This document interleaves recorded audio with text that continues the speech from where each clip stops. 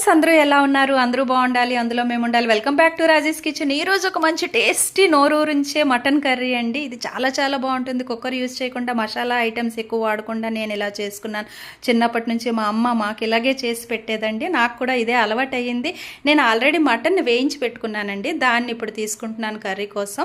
ఇందులో ఒక 4 ఆనియన్స్, అలాగే కొద్దిగా ఆయిల్ ఆల్రెడీ మనం వేయించిన దానిలో వేసుకున్నాం కాబట్టి చూసుకొని కొద్దిగా సాల్ట్, పసుపు యాడ్ చేసుకొని, గరం మసాలా, అలాగే కొద్దిగా ధనియా పొడి, జీలకర్ర పొడి యాడ్ చేసుకోనండి. కొద్దిసేపు కలిపేసిన తర్వాత అందులో కొద్దిగా వాటర్ యాడ్ చేసుకొని సిమ్ ఫ్లేమ్లో మూత పెట్టేసి ఒక 20 మినిట్స్ కుక్ చేయాలండి. చాలా చాలా బాగుంటుందండి. ఇది కుక్కర్లో పెట్టాల్సిన అవసరం లేదు, మెత్తగానే ఉడికిపోతుంది. చాలా టేస్టీగా ఉంటుంది. ఒకసారి ఇలాగ దీనికి అలవాటు పడితే మనం ఇలాగే చేసుకుంటామండి. ఇంతవరకు నా ఛానల్ని ఎవరైనా కొత్త వాళ్ళు చూస్తుంటే దయచేసి సబ్స్క్రైబ్ చేసుకోవడం మర్చిపోకండి ఫ్రెండ్స్. మీ సబ్స్క్రిప్షన్ నాకు చాలా స్ట్రెంగ్త్ ఇస్తుంది. ఈ రెసిపీ నచ్చితే లైక్ చేయండి, షేర్ చేయండి, కామెంట్ చేయండి. Thank you.